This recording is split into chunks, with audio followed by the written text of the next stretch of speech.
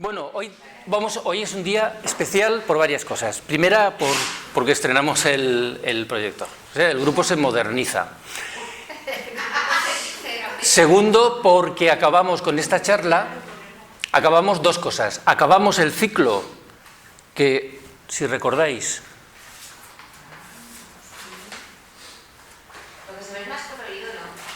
Sí, se supone que es más bueno en todo. Se acaba este ciclo pequeño de 4 conferencias relacionadas con la fraternidad blanca y la humanidad y los Arran y todo eso, pero al mismo tiempo con esta conferencia se acaba el ciclo de temas relacionados con los mensajeros.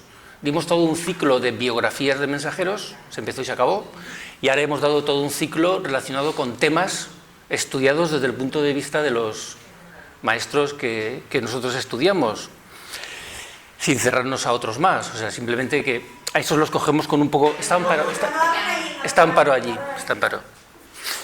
Bien, entonces, para mí es importante porque es importante acabar cosas. O sea, es importante empezar, pero es muy importante acabar cosas. Y el que hayamos acabado todo el ciclo, es más, al acabar el ciclo también acabo el proyecto en la web. En la página web también faltaba incluir de cada tema toda esta información que vamos vertiendo en las conferencias, porque aparte de lo que damos aquí en la charla, yo luego en la página web pongo todo lo que he leído y he subrayado y he marcado y he extraído de los diferentes maestros, que hay una cantidad de información impresionante, aparte de los libros que se puedan recomendar. Por lo tanto, para mí es un día especial. Como siempre, pero muy brevemente, porque todos los que estáis aquí ya lo sabéis, el ciclo está relacionado con los mensajeros de la Gran Logia Planetaria. Nosotros no decimos que no haya más maestros, sino que nos estamos centrando en estos, principalmente. Y sobre todo, lo dije en la última... Hola. Sí, está ahí. Hola, ¿qué tal? Adelante. Sobre todo nos interesa que las obras completas de estos personajes, de estos maestros, estén en castellano. Y ese es un trabajo que estamos haciendo sobre todo a través de Internet, que Pascual, por ejemplo, nos está ayudando. Y en Rosso de Luna nos está ayudando María y las dos hermanas nos están ayudando también y estamos haciendo obra. Y la idea era el estudio comparado de las enseñanzas de la Fraternidad Blanca vertidas a través de estos 3 maestros y a través de sus discípulos, que recuerdo haberos dado, nada más empezar, un curso, un CD con todas las obras que teníamos en aquel momento en PDF, de toda esta gente. Y todo lo que diga cada uno de ellos pertenece a una sola idea, que es la enseñanza, la sabiduría antigua, la sabiduría eterna, como le queramos llamar. Hay un conocimiento atemporal que se nos va dando a través de estos personajes, y fijaros que cada uno de ellos tiene un montón. Torcón Salerian tiene más de 170 obras, y hay unas 100 que todavía no han sido publicadas. Y eso es Torcón. Honran tiene más de 5.000 conferencias. Tela. 5.000 conferencias. Alice Bailey, los 20 y tantos libros azules. ¿Qué más? Peter Dunant tiene muchísimas conferencias. Blavatsky, los 6 tomos de la doctrina secreta, ya es impresionante. Los 14 tomos de las obras completas, de 400-500 páginas cada uno. O sea, hay una cantidad de información impresionante. Y aquí lo que hacemos es sintetizar un poco las ideas para dejarlas un poco claras, para que luego uno estudie en su casa. Bien, ¿qué va a pasar a partir de ahora? A partir de ahora van a pasar 2 cosas. Una, que voy a dar unas 4 conferencias, y quizá alguna más, seguramente hasta el verano, y luego haré el ciclo del futuro que habíamos dicho. El futuro visto por estos personajes, el futuro, lo que dice la Fraternidad Blanca sobre el futuro, lo que nos espera a nivel político, religioso, artístico, científico en el futuro. Cada conferencia para uno de esos 7 temas. Una primera para explicar el concepto de profecía y por qué queremos hablar del futuro, porque hay maestros que dicen que el futuro no interesa pensar en el futuro, el aquí y ahora, que ahora está tan de moda, ¿no? Entonces, ¿para qué pensar en el futuro, no? Por ejemplo, Krishnamurti, discípulo del maestro Moria. Pero precisamente el maestro Moria, maestro de los Roerich, en los libros de los Roerich, escritos sobre todo por Elena, habla de la importancia de pensar en el futuro. Entonces hay que cuadrar esas 2 ideas, ¿no? ¿Hasta qué punto es mejor no pensar en el futuro, o hasta qué punto sí que nos interesa saber lo que va a pasar en el futuro. Entonces, tendré que dar una charla primero para explicar esos conceptos y luego una para cada. Pero lo que viene ahora, voy a dar 2 o 4, no lo sé, lo estoy pensando. Pero, ¿cuál es la idea de estas conferencias? 1 o 2 relacionado con las 7 etapas de la vida. O sea, hemos dado lo que ocurre después de la muerte. Si esto es el nacimiento y esta es la muerte, hemos hablado de lo que ocurre después. Dimos una conferencia sobre la muerte, los diferentes planos que hay, hasta el de Bacán, y luego la vuelta otra vez a reencarnar, ¿no? Pero en estas conferencias yo me quiero centrar, primero, en las etapas de la vida, que normalmente se suele hablar de que son 7 etapas, una por cada cuerpo de la personalidad, de la constitución septenaria. Entonces, hablaremos de lo que pasa cada 7 años en la vida de las personas, de 0 a 7, de 7 a 14, de 14 a 21, ¿no? De 21 a 28, y porque cada una de esas etapas hay una serie de cosas que pasan al ser humano. Evidentemente me detendré más en las nuestras, en nuestra edad, ¿no? Porque la de ya del nacimiento, pero son interesantes porque siempre tenemos o un hermano, un hijo, o alguien que está en esa edad, y nos puede interesar saber los pros y contras a nivel esotérico y exotérico de esos momentos de la vida. También está relacionado con la cronobiología. No sé si sabéis lo que es la cronobiología. Cronos, tiempo, biología, el reloj del cuerpo. Entonces hay ritmos, hay ciclos, por eso he puesto la palabra ciclos en el ser humano, ¿no? Hay ciclos en el sueño, hay ciclos para el estudio, para hacer deporte, los mejores momentos del día para... Entonces todo eso, una parte la daré en estas charlas, que a lo mejor es una exotérica y otra esotérica, o sea, una más normal, y luego otra con elementos más esotéricos hasta donde yo pueda, y luego otra que es algo que ya os he dicho en algún momento, un día explicado desde un punto de vista esotérico, desde que nos levantamos hasta que nos acostamos. Fijaros que es la misma idea. Aquí es nacer, morir, y ahí es despertar, dormir. ¿Cuántas veces no se ha comparado, ¿no?, la muerte como dormir, ¿no? Entonces la idea ahí es explicar desde que nos levantamos con qué pie sería, la parte exotérica y la parte esotérica, con qué pie sería conveniente levantarse. No sé si sabéis que hay estudios sobre eso, y hay enseñanzas esotéricas. Honran dice con qué pie hay que levantarse por las mañanas. ¿Qué hay que hacer cuando uno se asea por las mañanas? ¿Qué hay que hacer en el trabajo con la gente? ¿Cómo aprovechar los ciclos de la naturaleza, ¿no? O sea, en la época del año en la que estamos, y la salida del sol y diferentes etapas de la vida. Recordar que en aquella tabla que os puse, tan larga, y aquel folleto que os di, a color y tal, os puse una tabla de la división del día, porque cada hora del día está dedicada a un planeta. Hay unas influencias astrológicas que en cada momento del día, cada hora del día, está influenciada por un planeta. Entonces no es lo mismo una hora influenciada por Mercurio que por Acuario, que por el Sol, Acuario, por Neptuno, por Urano, por el planeta que sea, ¿no? Entonces eso lo sabían los egipcios, pero los egipcios hablan de eso. Bueno, entonces la idea es a lo mejor dar 4 conferencias, una más exotérica y una más esotérica, o a dar solo 2 y en cada una tocar todo el tema. Pero es que es amplísimo y es muy, muy, muy interesante. Entonces eso es lo que ahora cambiaré el cartel al acabar y pondré el próximo, que ya es el de las 7 etapas de la vida. Es más interesante de lo que parece. Cuando uno lo explica parece que sea como más académico, pero es un tema muy interesante. Bien, vamos a la charla de hoy. Voy a intentar ser breve, pero aunque es un tema... Servicio. Esta charla se puede dar muy sencilla o muy complicada. Voy a buscar un punto medio. Sencilla porque, ¿qué es servicio? Servir. ¿Qué es servir? Servir es ayudar de manera inegoísta a los demás. Así de sencillo. Entonces, todo lo que sea ayudar a los demás, incluso ayudarse a sí mismo, pero no evidentemente en plan egoísta, sino en plan de crecimiento interior, eso es servicio. Pero la definición de servicio es ayudar a los demás sin intereses personales, inegoístamente. El servicio, el Bhagavad Gita va mucho sobre el concepto de servicio, la buena acción, la recta acción, sin buscar nada a cambio.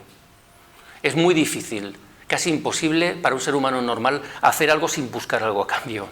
Porque incluso cuando hacemos algo bien, le prestamos dinero a un amigo y estamos haciendo algo bien, pero ya, si el día siguiente no nos saluda, porque a lo mejor se ha equivocado, o es nuestro cumpleaños y no nos felicita, le vamos a restregar bien por la cara que le prestamos dinero.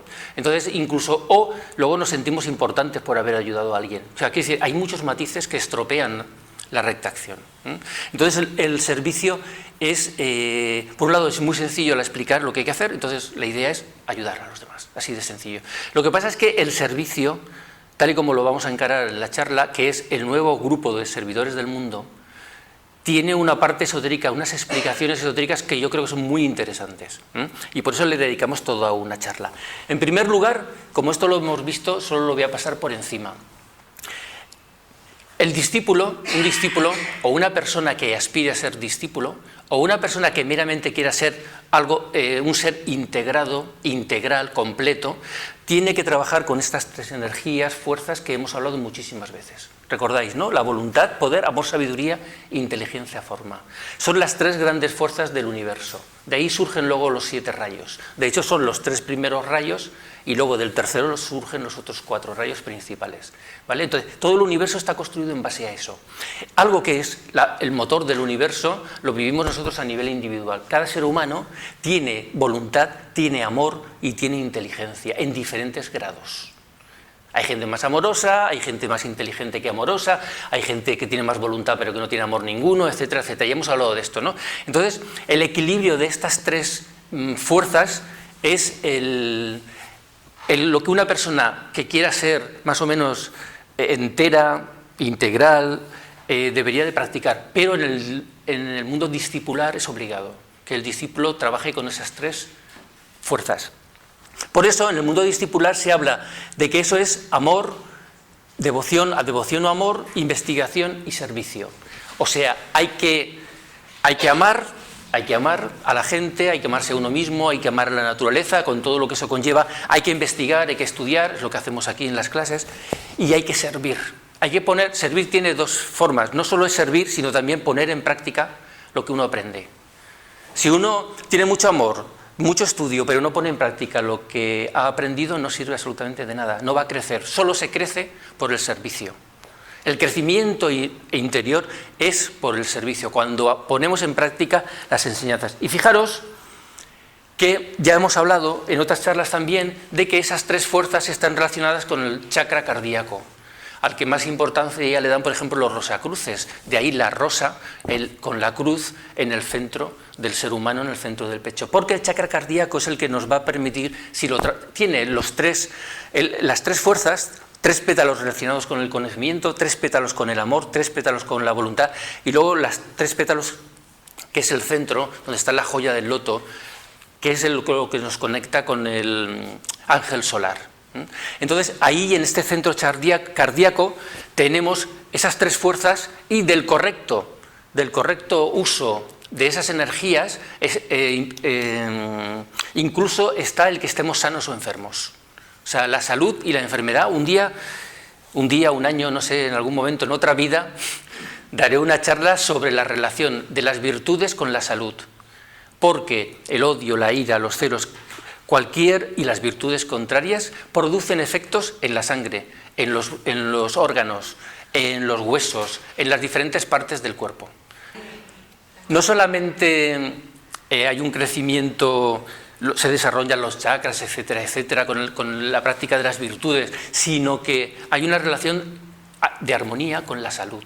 Entonces, una persona virtuosa, una persona buena, tolerante, amorosa, ¿entendéis? Que tiene esas características, es como que se dice, va a vivir más, ¿no? O sea, va a ser una persona más sana. Una persona que tenga, por ejemplo, celos o que sea irascible, todo eso, lo sabéis, se habla mucho, se somatiza de una manera u otra a nivel físico. Todas las enfermedades empiezan en el plano mental y se manifiestan al final en el plano físico, pero todas empiezan en el plano mental. Unas se quedan en el plano mental porque son enfermedades mentales, otras se quedan en el plano emocional porque son enfermedades emocionales y otras repercuten físicamente en el cuerpo físico. Ojo, si vas y te pilla un coche y te rompe una pierna, eso no está relacionado con esto, pero sí con el karma de lo que hayas hecho en otras ocasiones, ¿no?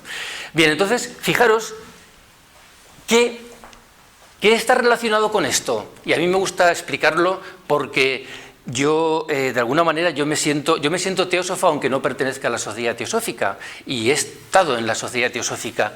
Y la sociedad teosófica, fundada por los maestros fundada por Blavatsky por orden de sus maestros, Olcott, Junge y más gente, tenía 3 principios. Los 3 principios fundamentales de la sociedad teosófica son: el primer principio, formar un núcleo universal sin distinción de raza, sexo. Bueno, ese es el primer principio.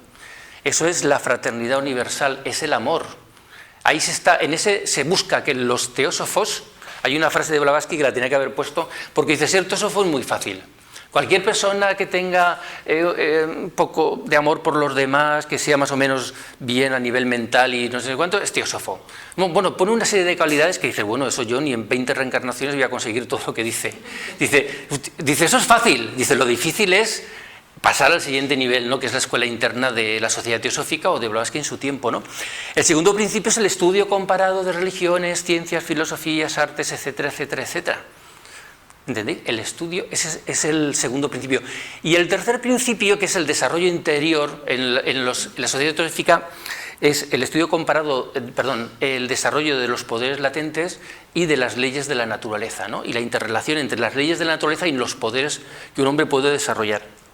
Pero en este punto de vista, lo que es el desarrollo interno, y el desarrollo interno es la voluntad, y es el servicio, es poner en práctica lo que uno aprende. Por eso el ocultismo en realidad, que a veces se utiliza mal la palabra, un ocultista no puede ser como lo era Rosso de Luna. Rosso de Luna, que decía que él era un ocultista teórico. Él no quería ser un ocultista práctico, pero claro, no existe un ocultista teórico, porque un ocultista, si lo es alguien que pone en práctica las enseñanzas. Y entonces la escuela que creó Blavatsky, la escuela arcana, que luego se cambió de nombre y al final la escuela arcana de la escuela arcana se llamó así, tuvieron muchos problemas, porque para pertenecer a esa escuela interna no bastaba haberse leído, ni siquiera haberse aprendido de memoria la doctrina secreta. Había que poner en práctica, había que meditar, había que servir, ¿entendéis? Y había que hacer una serie de ejercicios, y no todo el mundo valía para eso. Aparte, ella creaba grupos donde tenía que haber hombres y mujeres, tenía que haber paridad de rayo, una serie de características que el equilibrio era muy difícil de conseguir. Pero, haciéndolo bien, se conseguía un grupo muy poderoso. No solamente se desarrollaban individualmente, sino que se desarrollaban colectivamente. Y eso es importante por lo que estamos viendo del grupo de servidores del mundo, ¿no? Porque individualmente podemos hacer mucho, pero cuando se hace en grupo se potencia todo muchísimo más.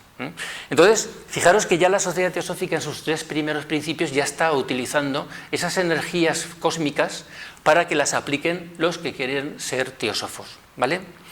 Entonces, fijaros, no solamente eso, sino que a un nivel del que vamos a hablar del servicio, tanto Blavatsky, que bien se ve. No me digáis que no se ve bien. ¿Vale la pena o no? Se ve genial. Bueno, pues en tiempo de Blavatsky ya la sociedad teosófica tenía un campo de acción que era en Londres, el East End, que no sé si se dice así, los barrios bajos, los más pobres de Londres. Las teósofas y los teósofos ayudaban a las familias pobres,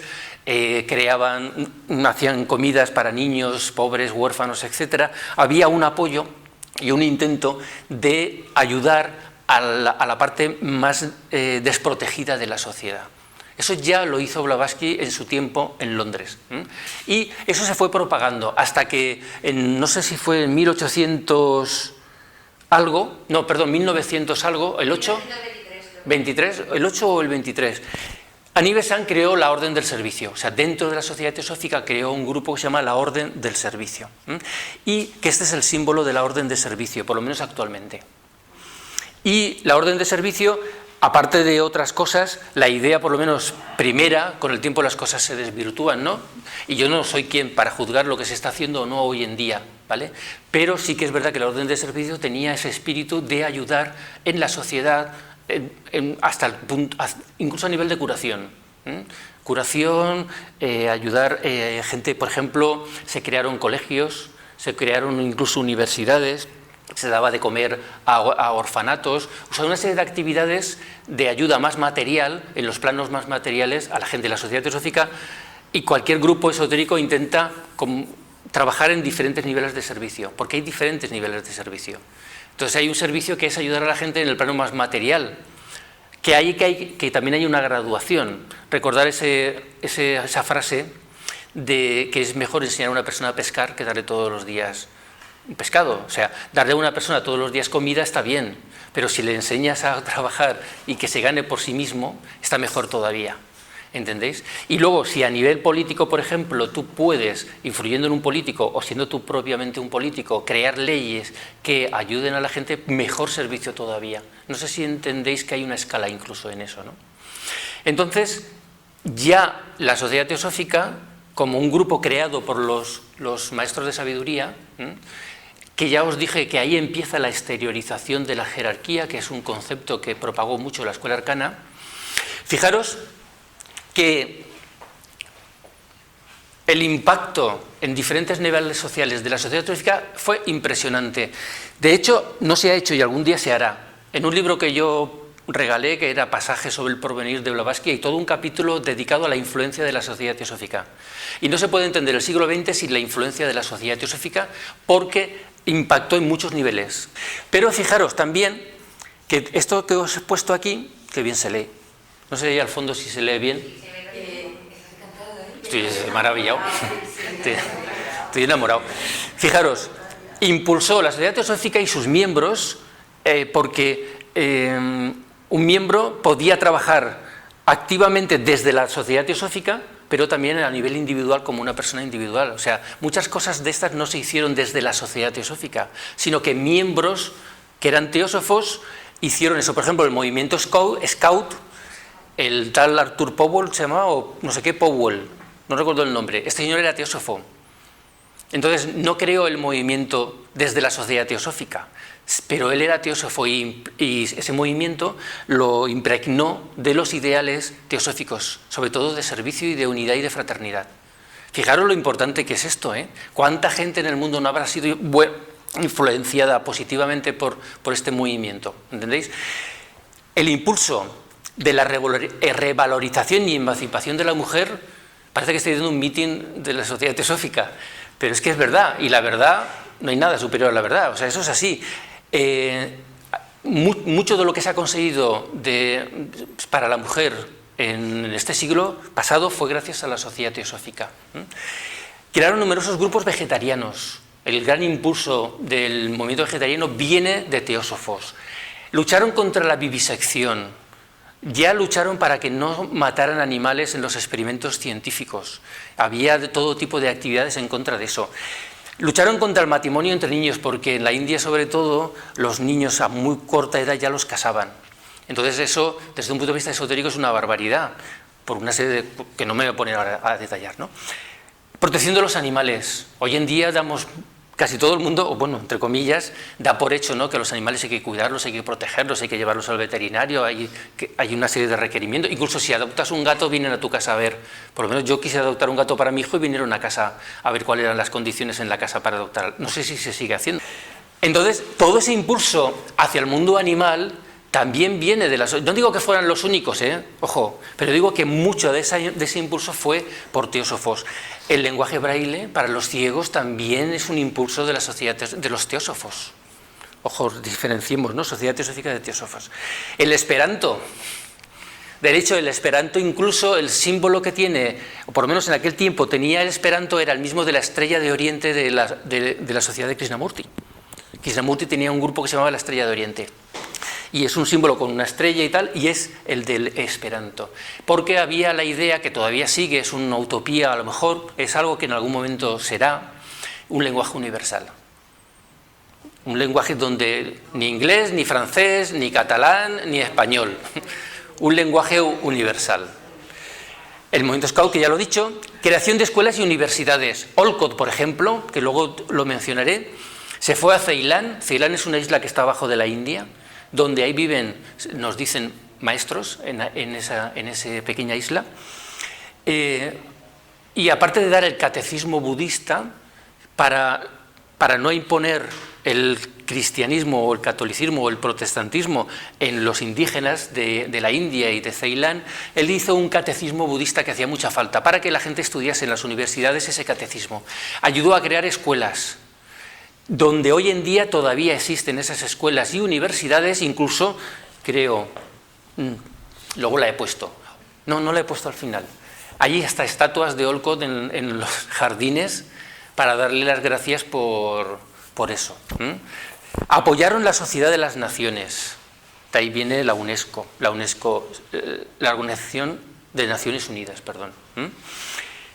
Movimientos anticolonialistas, la India no se hubiese independizado sin la ayuda de la teosofía, porque para empezar Gandhi se educó en las logias teosóficas, primero en Londres y luego en la propia India. Y hay fotos por ahí donde se ve a Nivesan y a Gandhi juntos, porque incluso iban a los mítines juntos. Entonces un momento hablaba Nivesan y el otro momento hablaba Gandhi, ¿vale? Lo que pasa es que luego Gandhi se radicalizó con su método de antiviolencia y cambiaron las ideas respecto a la metrópoli a Inglaterra, cambiaron. Gandhi era mucho más radical y Nivesan creía que había cosas positivas de los ingleses que eran interesantes mantenerlas. Entonces ahí ya se separaron, ¿no? Pero en las cartas de los maestros, Kutumi y Moria comentan que ellos quieren a la India. Ellos son universales, trabajan por la humanidad, pero ellos han nacido en la India y quieren su país, ¿no? Y que querían lo mejor para su país. Y de alguna manera ayudaron a la independencia de la India. Por poner varios ejemplos, ¿no? Y luego, evidentemente, el impulso del conocimiento de Oriente, porque se han publicado muchísimos libros, empezaron a publicar el Bhagavad Gita, que en Occidente no se conocía, lo empezaron a publicar los teósofos, libros del Buda, de máximas, de pláticas, etcétera, etcétera, lo empezaron a traducir los Upanishads, los Vedas, toda una literatura que hoy en día ya ni siquiera hoy en día está todo traducido, ojo, porque en el castellano, por ejemplo, el Mahabharata no está traducido, porque son un montón de tomos, hay resúmenes. Bueno, pues eso, el Zen, por ejemplo, ¿no? El yoga, todo eso que hoy en día, todo eso empezó a impulsarlo en Occidente la sociedad teosófica o teósofos, o teósofos. O sea que fijaros, y eso es una labor de servicio. ¿Entendéis por dónde voy, no? ¿Y por qué pongo esta foto? Porque esto va a salir en internet. Y yo quiero que... Y ese es mi amigo Pepe. José Miguel Cuesta, es mi amigo con quien escribo los libros, que se fue de viaje a la India, para él el mejor viaje de su vida, fue a Adyar, y ahí está, esto es una estatua, fijaros la esvástica, para que veáis que la esvástica no tiene nada que ver con los nazis, bueno, no tiene nada que ver, es más antigua que los nazis, es una estatua conmemorativa para Blavatsky y Olcott. Pues él se hizo la fotico ahí en posición interesante, y me la mandó diciendo, que yo estoy aquí, tú no estás. Algún día iré a... Bien, entonces, fijaros, y voy a ir, ahora que ya están asentadas un poco las ideas, voy a ir un poco más rápido. Hay dos grandes...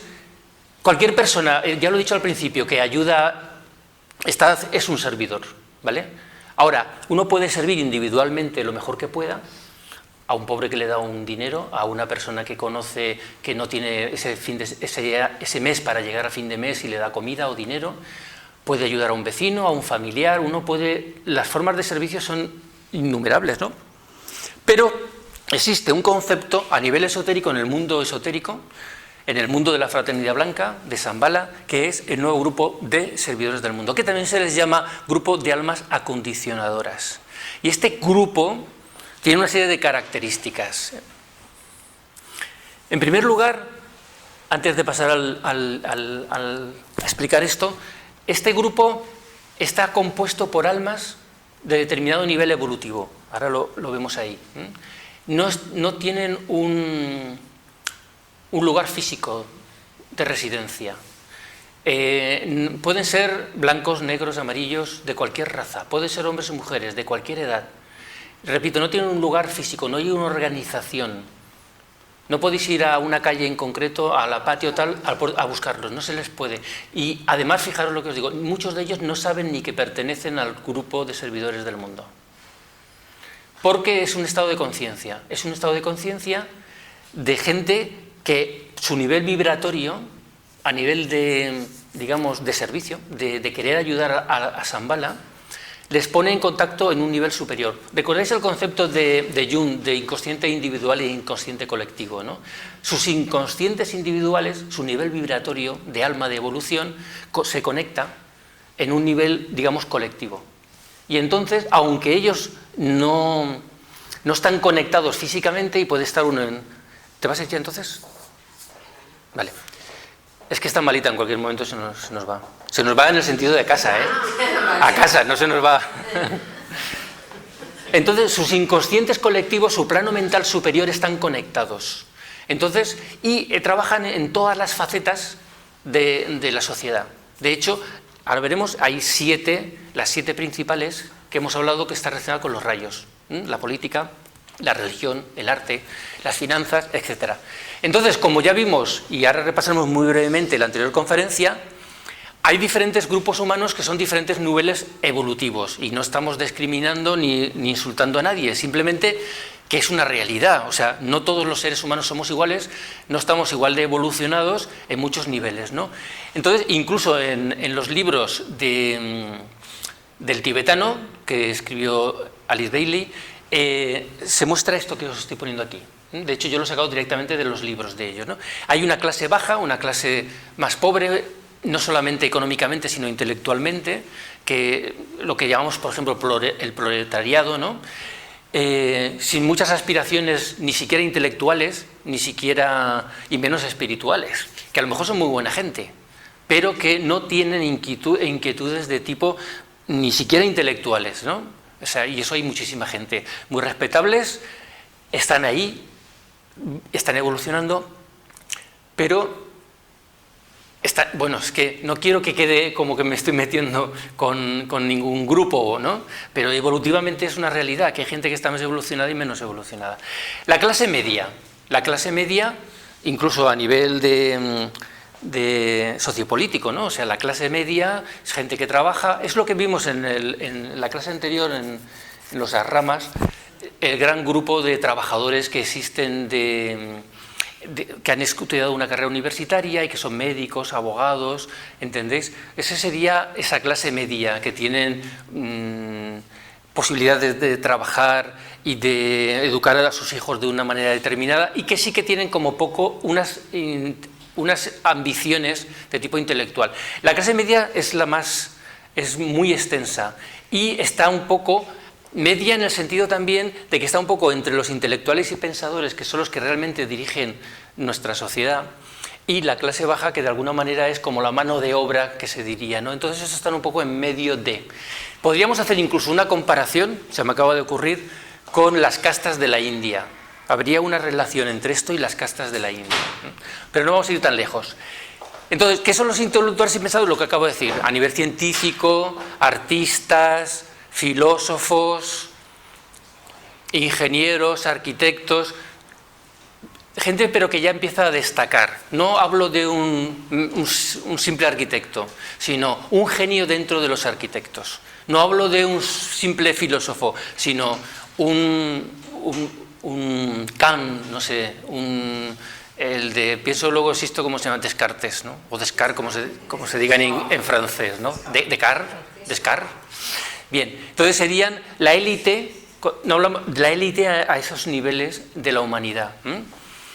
Luego está el nuevo grupo de servidores del mundo. El nuevo grupo de servidores del mundo pueden ser iniciados, pueden ser de hecho digamos que en este grupo hay iniciados, hay discípulos, hay algunos que son conscientes de la fraternidad blanca y otros que no son conscientes de la fraternidad blanca.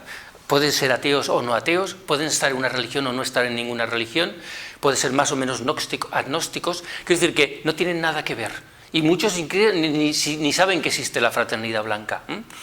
Los aspirantes, que ya hablamos la semana pasada a nivel de Arran, y los discípulos, los que están en el sendero de probación, y de hecho los discípulos en probación, los que quieren entrar en la vía discipular, en las iniciaciones y en un Arran, están casi todos en el nuevo grupo de servidores del mundo. Y de hecho es una especie de lugar de entrenamiento para saber de qué están hechos. O sea, si van a responder o no. O sea, es el mundo de las pruebas para esta gente, ¿no? Y luego están los idealistas y aspirantes espirituales, todo esto dentro del grupo de servidores del mundo. De aquí es donde surgen muchos grupos espirituales, gente con buena intención, bueno, por ejemplo, puedo ser yo, ¿no?, que quiere difundir un poco las enseñanzas, que no sabe mucho más, pero sabe que tiene que hacerlo. Y está intentando llevar adelante algo de tipo individual, un proyecto, o a nivel grupal o lo que sea, ¿no? Diferentes formas de difundir la enseñanza.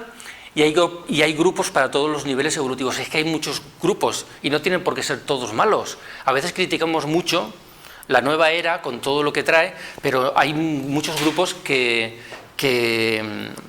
cumplen una función, porque hay muchos niveles evolutivos y a lo mejor nosotros no podríamos estar en una rama de la jerarquía. Yo desde luego no podría. Yo con lo que me gustan los helados, a mí no me admiten en una RAM, ¿entendéis? Pero en un grupo como este y teosófico y tal, sí que me dejarían entrar, aunque me gusten los helados. ¿Entendéis lo que quiero decir, no? Entonces, y luego está la jerarquía, que son los primeros servidores. Con este ejemplo que voy a poner ahora, se entenderá un poco mejor. Que esto lo vimos la semana pasada. El mes pasado. ¿Recordáis el esquema de Ayn Rand, de la Fraternidad Blanca Universal? Comparaba el árbol con la evolución de los seres humanos y ahí ya no lo digo yo, lo dice Ayn Rand, por lo tanto, los brutos, con perdón, los hombres ordinarios, los hombres de talento, y luego están los genios, los santos y los grandes maestros, que es de la jerarquía planetaria. Entre estos hombres de talento y los genios está el nuevo grupo de servidores del mundo. Hola. ¿Veis? Las masas ignorantes serían los brutos, la clase media son los hombres ordinarios, los intelectuales y pensadores, los hombres de talento. Entonces es por aquí. Ah, se queda. Hay que pagar, para estar aquí, 5.000 pesetas. Además en pesetas. En pesetas. Es una broma. Es broma, es broma. Bien, no sé si así lo que he explicado antes se entiende un poquito mejor, que esa es la idea. Bien, otra forma de explicarlo es con esto que ya os puse también el mes pasado, que entre el hombre, que es cuarto reino, y el quinto reino, que es el de los maestros de la Fraternidad Blanca, allá hay un impasse que lo llenan los aspirantes espirituales, los discípulos en probación, los discípulos aceptados. Esos son el nuevo grupo de servidores del mundo. ¿Entendéis? Entonces, de alguna manera está implícito en que si quieres entrar en una RAM, si quieres ser iniciado en la Fraternidad Blanca, y si quieres un contacto con los maestros, tienes que pertenecer de alguna manera al nuevo grupo de servidores del mundo. Tienes que servir para algo. Todos servimos para algo, aunque sea poco. Bien, y entonces, eso es una forma de explicarlo a nivel, digamos, espacial, de arriba y de abajo, ¿no? De abajo a arriba hay una evolución donde vamos pasando por una serie de etapas. Y esta es una explicación de tipo temporal. ¿Por qué el nuevo grupo de servidores del mundo está creado, empieza realmente más o menos sobre el siglo XV? O sea, digamos que la Fraternidad Blanca, esto lo cuenta muy bien Torcón Saavedra, la Fraternidad Blanca a lo largo del tiempo y de las eras tiene un plan, que hablaremos un poco al final. Hay un plan, tienen que pasar una serie de cosas, ¿no? La evolución de todo el planeta de alguna manera está prefijada, pero evidentemente hay que ir paso a paso, no se pueden quemar etapas, se tienen que ir cumpliendo. Igual que existen las razas, y pasamos por una primera, segunda, tercera, cuarta, estamos en la quinta y va a haber una sexta y una séptima, tienen que pasar cosas. Las eras astrológicas hemos hablado de ellas, ¿no? Pasamos cada 2160 y algo años por una era. El Sol, la Tierra se mueve a través de las constelaciones, ¿vale? Entonces, nosotros venimos de la era de Piscis. Con la entrada de Acuario vienen unas energías. Entonces, la Fraternidad Blanca adapta el plan a estas energías que tienen que venir. Y hacen movimientos de tipo social, por decirlo así, y mandan a sus emisarios para que se cumplan determinadas cosas que hay que conseguir. Entonces, he puesto precisamente las rayitas estas, porque el paso de una hora a otra no es tal día a tal hora de repente ya estamos en Acuario. Hay todo un proceso de paso, de gris, digamos, ¿no?, entre una era y la otra, donde se entrefunden. Entonces, estamos en Piscis todavía, porque hay mucha influencia todavía de Piscis. Pero estamos empezando, por eso también he puesto esta forma sinusoidal, porque la era de Acuario estamos empezando. hasta dentro de 700 años o así, no recuerdo cuántos, la cantidad, no estaremos realmente plenamente en la edad de Acuario. Entonces, a partir ya del siglo XV, esto lo cuenta el tibetano, ya la Fraternidad Blanca empieza a mover sus fichas, sus peones, pero en el buen sentido, sus discípulos, para que empiecen a haber movimientos sociales, para que empiece a haber una literatura, para que empiece a haber una influencia, porque ellos no pueden obligar al ser humano, porque si no cogerían, mandarían a alguien tipo Julio César, yo qué sé, conquistaría todo el mundo y impondrían la ley, y todos ahí, no. El libre albedrío hay que respetarlo absolutamente. Entonces, tenemos derecho hasta de equivocarnos y de meter la pata mil y millones de veces. Pero ellos están ahí intentando ayudarnos. Entonces, canalizan esas energías para en este caso en concreto, que se vaya creando ese grupo de servidores. Entonces, empieza en el siglo XV, pero es en 1925 cuando realmente ya se instaura a nivel planetario el nuevo grupo de servidores del mundo. Fijaros que os dije al principio, esto es muy sencillo, servir, ayudar a los demás, pero hay unos elementos de tipo esotérico bastante interesantes. La era de Piscis es una era donde, si nos metiéramos en el estudio astrológico y tal, sería muy largo, pero prima el individualismo y prima el místico. En la era de Acuario tiene que primar el grupo, la conciencia tiene que ser grupal. Y incluso las iniciaciones serán grupales. Y lo que se busca es la fraternidad universal. Lo que se busca es, incluso en las próximas civilizaciones, en la nueva civilización, la nueva Jerusalén, que dice Onram, por ejemplo, que llama así, el reino de Dios en la tierra, se llama de muchas maneras. En teosofía se llama la sexta raza. Esa nueva civilización tiene que, por las energías de Acuario, predominar, aparte del tema del aire y del tema de las nuevas comunicaciones, de la ciencia. Tiene que haber una suma, una reunión, fundirse la religión y la ciencia, y tiene que haber una conciencia social global planetaria. Que eso costará, yo no sé si milenios, pero no va a ser fácil. Porque al mismo tiempo, igual que hoy en día estamos aquí y estamos en los países más evolucionados del planeta, y al mismo tiempo hay caníbales. El otro día en cuarto milenio salieron unas islas, creo que estaban en el Pacífico, donde sigue existiendo el canibalismo, el vudú y una serie de cosas horripilantes. Que fue un español allí a grabar un documental, no recuerdo bien qué islas son, pero ahí hay un grupito de islas. No, Madagascar está al lado de África. O por Nueva Zelanda, es por el Pacífico. Bueno, y al mismo tiempo entonces cuando una parte de la humanidad esté viviendo eso, habrá todavía una parte de la humanidad que no estará viviendo eso, ¿entendéis? ¿No? Pero también es verdad que se van acelerando los tiempos. Bien, entonces fijaros lo importante que es para la Fraternidad Blanca el nuevo grupo de servidores del mundo.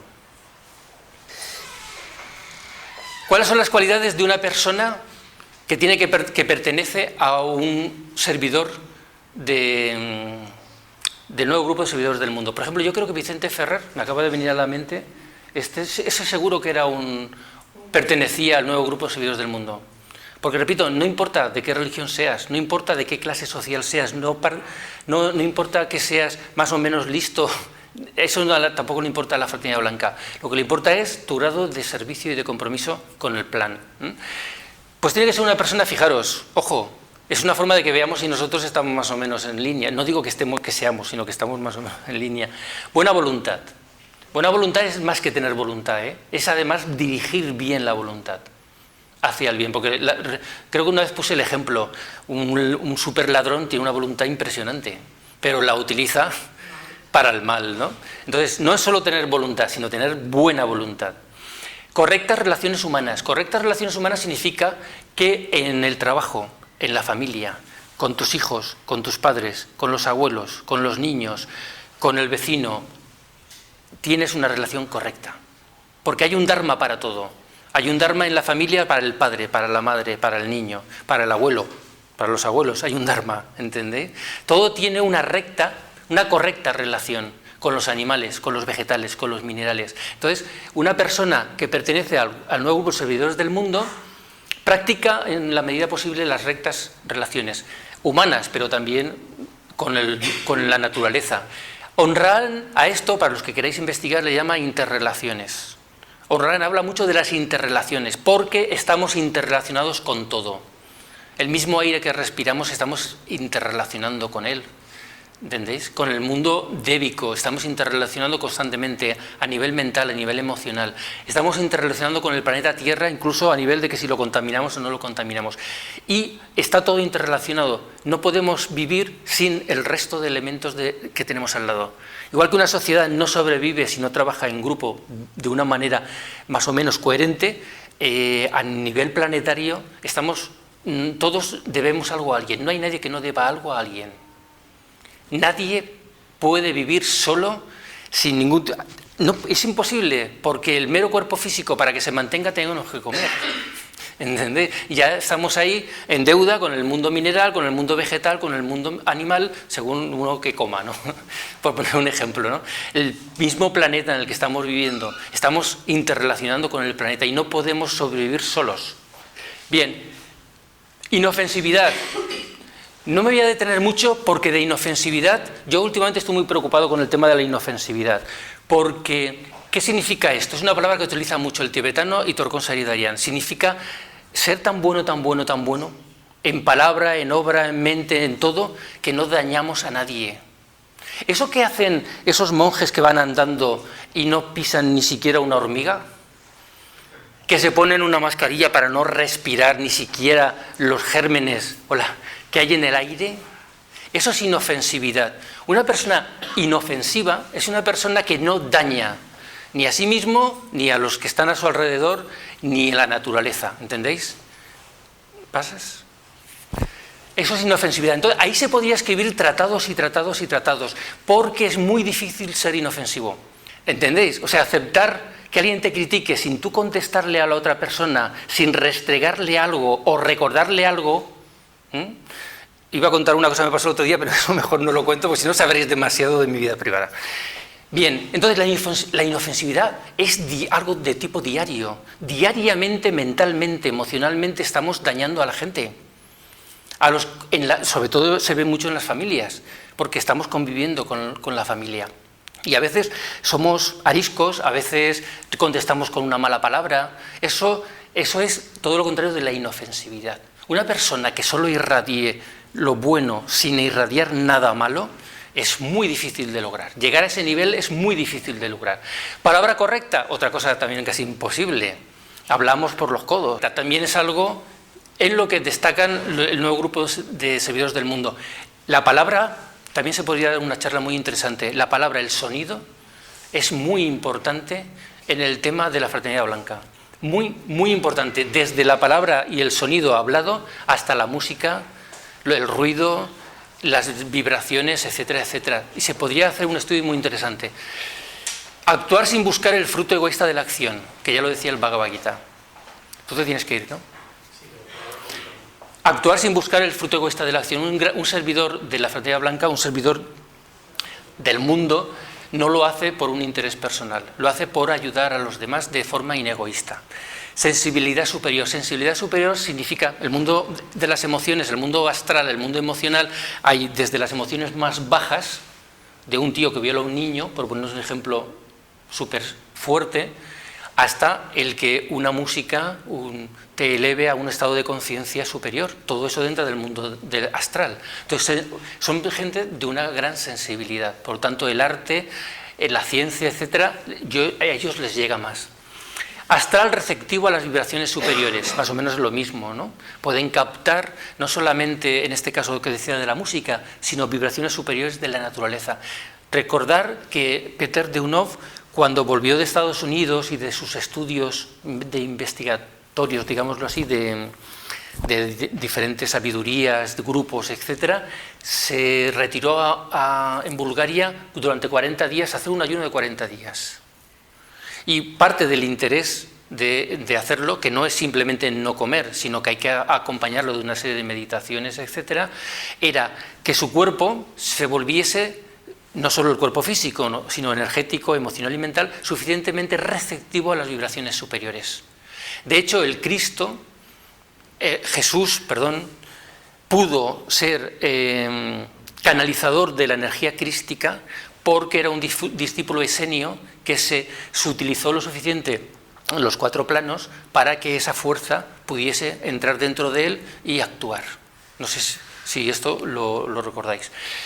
Mecanismo mental preparado para recibir impresiones superiores. Lo mismo que en el mundo astral, pero en el mundo mental.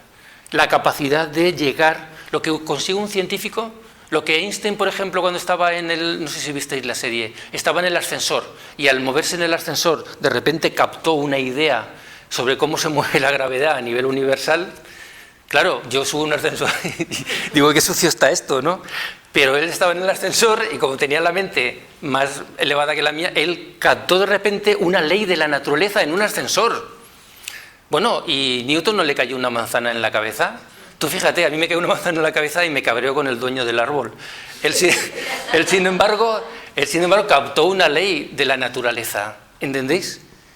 Eso se consigue a través del estudio, de la investigación, de la meditación. Vamos utilizando nuestro mundo mental y captamos cosas. Eso es algo que caracteriza a esta gente de servidores. Incluso hasta el punto, y esto lo dice el tibetano, que pasará en un futuro cercano, el desarrollo de la telepatía y las inspiraciones. Inspiración, eso os lo he dicho muchas veces, hay guionistas de cine, hay músicos, hay científicos que son inspirados por los maestros. Y hay científicos que son servidores, son del grupo de servidores del mundo, pero no lo saben. Cualquier persona que tenga interés real, sincero, de mejorar la humanidad en alguna faceta, es un servidor de la fraternidad blanca, lo sepa o no lo sepa. Y muchos científicos, evidentemente hay científicos que trabajan para armamentos, para las farmacéuticas, para una serie de cosas a nivel egoísta, tal y tal, pero los hay que realmente quieren ayudar y quieren ayudar a la humanidad en diferentes facetas y conseguir, yo siempre lo he dicho, el tío que inventó la cama, si no ha llegado al nirvana, está a punto de llegar al nirvana, porque la cama es uno de los mejores inventos que se han hecho de la humanidad, y no me digáis que no. Cuando te tumbas en la cama, después de estar todo el día trabajando, y dices, bueno, esto es impresionante. Fijaros lo que ese hombre ha hecho por la humanidad, el que inventó la cama. Bueno, son gente de mucha energía, gente muy activa, capaces de hacer muchas cosas, de estar muchas horas trabajando, de dormir poco, etcétera, etcétera. Tienen un cuerpo físico sano, o deberían tenerlo, o están en ello, y sobre todo, gran amor a los otros seres humanos. Digamos que el dolor ajeno no le es ajeno. ¿Entendéis? De hecho, al final pondré una frase de Blavatsky relacionada con esto. Bueno, tú te vas, ¿no? ¿Cómo actúan? Fijaros que ahora viene una cosa bastante interesante, y no lo digo para fastidiar a José Luis, pero tienen una serie de elementos que los relaciona, y luego hablaremos incluso de las Naciones Unidas, porque es un impulso de la jerarquía. Bien, los miembros, en líneas muy generales, aplican el primer principio de la sociedad teosófica, o sea, son de diferentes razas, sexos, etcétera, etcétera, ¿no? No están organizados, no tienen rituales, bueno, lo que no tienen rituales entre comillas, no siguen a maestros ninguno, solo a su guía interior. O sea, ellos pueden incluso como Krishnamurti decir que no existen los maestros. Pueden ni siquiera creer en Dios ni en la fraternidad blanca, no importa. Lo que realmente vibra en ellos es ser fieles a su guía interior y al deseo de ayudar a la humanidad. Trabajan en armonía con los 7 departamentos de la jerarquía, de los 7 reyes, ahora lo vemos. Los campos de actividad son la cultura, la política, la religión, la ciencia, la filosofía, la psicología y las finanzas. ¿Qué significa esto relacionado con los ramas y los 7 rayos? Que en el mundo cultural, en el mundo de la cultura, incluso la moda entra dentro del mundo de la cultura, hay servidores de la fraternidad blanca, artistas, pintores, músicos, que están inspirados y que con su música, con su arte, intentan mejorar la humanidad, que era lo que tanto defendieron los Roerich. Política y políticos, aunque cueste de creer, aunque cueste muchísimo de creer, hay políticos de buena voluntad, hay políticos que realmente quieren cambiar. Y de hecho, luego lo pongo en un ejemplo, la caída del muro de Berlín fue gracias en gran parte a Gorbachov, que es, se dice, discípulo de la fraternidad blanca. Gorbachov. Y todo el movimiento de la Unión Europea, la fundación de la Unión Europea fue un movimiento de la fraternidad blanca dirigida por políticos, por filósofos, por psicólogos, etcétera, que apoyaron esa idea. Todo lo que tiende a la unidad a la unidad de los hombres es un impulso de la fraternidad blanca. Lo que tira a la división es más bien más oscuro. Por eso a mí me fastidió mucho cuando los ingleses quisieron irse de la Unión Europea, y yo no estoy a favor de que Cataluña se separe de España. Y es que cuando hay más fraternidad existe lo contrario. Sí, las dos fuerzas exacto, cuando más crece el árbol hacia arriba, más crece hacia abajo. Eso está claro. Pero para que tengáis una especie de medida, lo que tiende a la unidad, digamos que está en la línea del plan de la fraternidad blanca, que es lo mejor para el ser humano. Lo que tiende a la división está en contra de la evolución del plan de la humanidad. Y en realidad es bueno y malo, porque la unidad nos llevará a ser más felices cuando todo el planeta esté organizado bien, con una verdadera democracia, y donde no dejemos que haya pueblos, ni gente, ni familias que pasen hambre, porque habrá una conciencia global. Entonces eso será bueno, ¿entendéis? Pero para eso tiene que haber una unidad de todos los pueblos. Por eso las Naciones Unidas, de las que ahora hablaré un poquito, no han cumplido todavía bien su misión. Aparte de esto, los miembros del grupo de servidores del mundo, consciente o inconscientemente, participan sobre todo de 3 ceremonias importantes. Cada mes, por las condiciones astrológicas, hay unas influencias y hay una serie de ceremonias y de ritos y de meditaciones relacionadas con... La escuela arcana las tiene perfectamente estipuladas, e incluso da frases, mantras, simiente para poder meditar y tal y tal. Que de hecho, la próxima luna llena de Aries, de Tauro y de Géminis, yo al grupo le voy a mandar por WhatsApp una serie de indicaciones por si alguno quiere hacerlo, porque yo este año lo voy a hacer. Son 5 días, está el día principal, 2 antes y 2 después, donde hay que intentar hacer una meditación, con una frase simiente en la que meditar. Entonces hay una serie de elementos que si los haces mejor, pero si no haces simplemente, no tiene que ser ni a la misma hora ni nada, pero esas reuniones de plenilunio ayudan a canalizar una serie de energías que vienen al planeta Tierra justo en esas. La ceremonia de Vesak, la famosa ceremonia de Vesak, es en Tauro, ¿entendéis? Pero para hacer bien la ceremonia, para vivir bien y recordar los que lo sepáis, y si no, investigar un poquito, en la ceremonia de Vesak vienen energías de Sirio a la Tierra que canaliza el Buda, el Cristo y toda la fraternidad blanca para que lleguen a los seres humanos y nos afecte. Cuanto más consciente eres de eso, más energía te llega, por decirlo así, incluso a nivel egoísta. Entonces, si uno se predispone mentalmente a estar receptivo en ese momento, le llegan, puede captar esas energías que le van a ayudar a desbloquear cosas a nivel interno, a alcanzar metas a nivel interno, etcétera, etcétera. No te va a tocar la lotería si haces esto. No tiene nada que ver. Pero sí que vas a nivel interno a ser más feliz, a estar más equilibrado, y a cosas o traumas o defectos que tenías o problemas que a nivel interno que no podías superar, te pueden ayudar a estas energías a superarlo. Incluso a nivel físico de salud, un poco, hasta cierto punto, puede afectar. La ceremonia de Vesak es la de Tauro. Hacen la meditación de triángulos. Muchos de estos servidores del mundo se unen en grupos de 3. Los triángulos es una forma de trabajar, de meditar, creada por la escuela arcana. La escuela arcana la crea Alice Bailey, y Alice Bailey es la que escribió los libros del tibetano, los 20 y tantos libros. Entonces, la idea es muy sencilla, que 3 personas que no tienen que estar físicamente ni siquiera en la misma ciudad, 3 personas se ponen de acuerdo en cualquier lugar del mundo para esas 3 personas meditar a una hora, si es posible, a la misma hora, si es posible. Si no, tampoco pasa nada, pero si es posible. Y en esa meditación tienen que intentar, hay un mantra para esa meditación, un pensamiento simiente que se le llama, simiente porque si piensas sobre eso, crece y te vas dando muchas más ideas y vas aprendiendo de algo tan sencillo como una primera frase, ¿no? Entonces hay que imaginarse una red de triángulos que da la vuelta a todo el planeta. Es como crear a nivel mental una red de luz que proteja a la Tierra del mal cósmico, que dirían los Roerich, también lo dice el tibetano Hitor Kon, proteger a la Tierra y ayudar en la evolución de todo el planeta. Es algo de tipo voluntario, incluso podéis escribir a la Escuela Arcana y dar vuestra dirección por si hay alguien cerca que quiere, incluso a nivel físico, quedar para hacer los triángulos.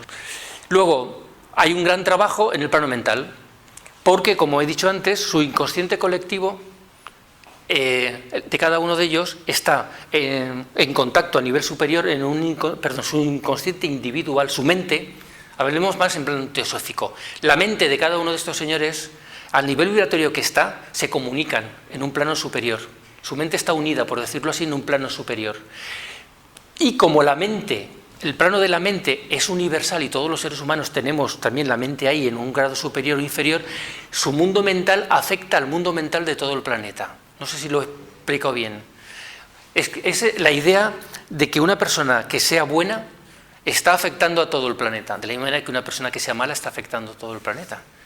La bondad de una sola persona, un acto de bondad de una sola persona está afectando al karma de todo el planeta y nos está dirigiendo a todos hacia el bien. Por lo tanto, incluso que una persona sola en su casa haga algún tipo de meditación o lo que sea, está afectando a todo el planeta. Entonces, esta gente que tiene un mundo mental más elevado, esa elevación de ellos afecta y eleva el nivel de toda la humanidad, ¿no? O como cuando un deportista gana una medalla de oro, ¿no? y es español y nos sentimos orgullosos. La ha ganado él, se la va a quedar él, la va a tener en su casa, ¿entendéis?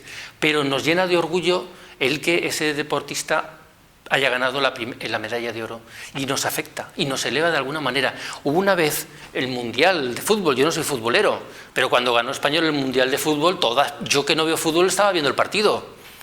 Y toda España, aunque no le gustase el fútbol, estaba orgulloso de que España hubiese ganado el Mundial. Y de repente millones de personas en la calle felicitándolos y ahí se crea un egregor y se crea una fuerza que a todos nos beneficia, incluso en ese nivel, ¿entendéis? Entonces, todo eso. Y ellos, que están en niveles superiores emocionales y mentales, nos afecta, nos ayuda más. Bueno, voy a intentar abreviar porque si no va a hacer muy tarde.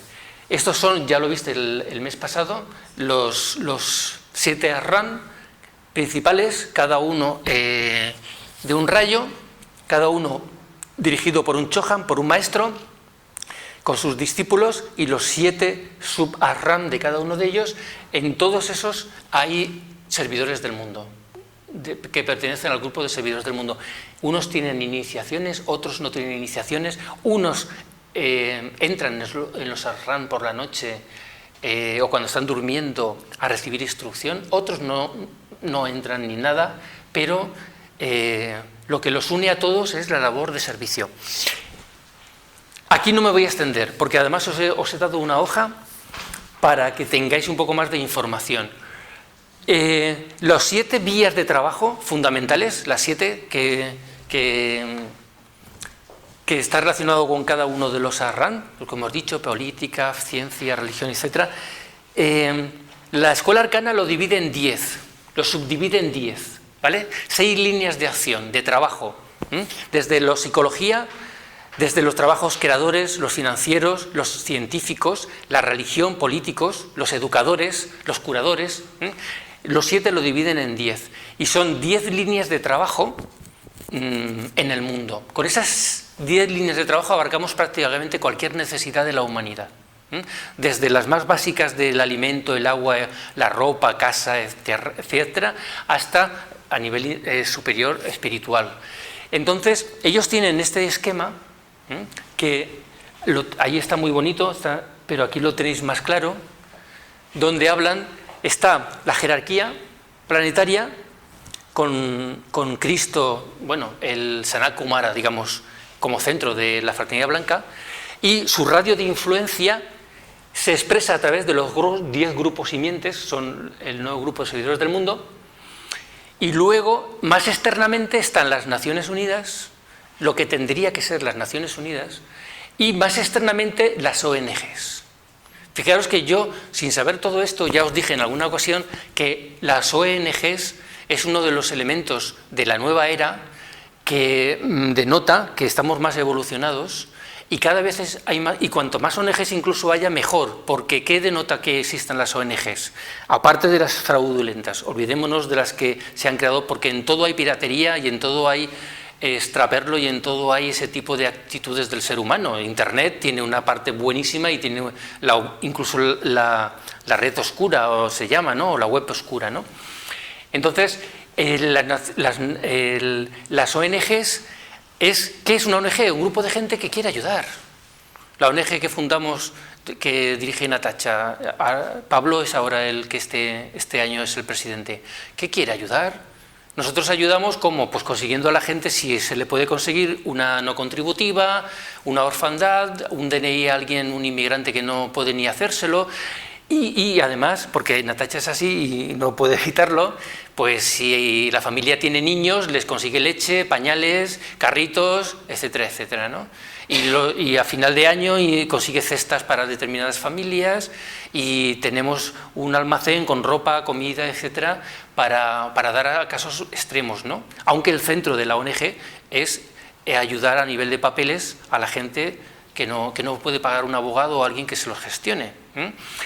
Pero hay ONGs de todo tipo, y que son Médicos Sin Fronteras, por poner otro ejemplo, ¿no? Sino gente preparada que se va a ayudar a otros países. Gente que quiere servir, esos son del nuevo grupo de servidores del mundo. Y muchas ONGs están fundadas por eso. Lo que tenéis es en la ONU, como en la ONU hay un reflejo de lo que se hacen en esos 10 aspectos. No lo voy a leer porque lo tenéis, pero simplemente fijaros, a nivel de servidores científicos, del grupo simiente, ¿dónde están los científicos? El 7º, servidores científicos. Fijaros, tiene una organización que se llama ONU Habitat, Programa de las Naciones Unidas para los Asentamientos Humanos. Una que se llama NUMA, Programa de Naciones Unidas para el Medio Ambiente. OM, Organización Meteorológica Mundial. OMPI, la UNESCO, Organización de las Naciones Unidas para la Educación, la Ciencia y la Cultura. La OIEA, la OCME, son suborganizaciones dentro de las Naciones Unidas que trabajan en el aspecto científico. ¿Entendéis? Si nos vamos, por ejemplo, a finanzas y economistas, pues hay un montón. En trabajadores creadores hay otro, eso ya es que he empezado por la parte de atrás. Lo que llamamos comunicadores telepáticos, que parece un poco difícil de entender, pero es un trabajo, digamos, a nivel mental. La UIT, Unión Internacional de Telecomunicaciones, la OACI, Organización de Aviación Civil Internacional, UPU, Unión Postal Universal, etc. Curadores, ACNUR, Alto Comisionado de las Naciones Unidas para los Refugiados, FAO, Organización de las Naciones Unidas para la Agricultura y la Alimentación, OMS, Organización Mundial de la Salud. Algunas las conocéis porque salen más en los medios de comunicación. Pues eso es una recopilación de suborganizaciones dentro de la organización que pretenden trabajar. ¿Y eso por qué es así? Porque hay una inspiración de la Fraternidad Blanca para que eso se haga. Y las Naciones Unidas fue un trabajo de teósofos de la Escuela Arcana y de servidores de la Fraternidad Blanca para trabajar y mejorar el mundo. Y aquí os pongo unos ejemplos, los que yo, que soy bastante ignorante, me acordaba, pero debe haber millones.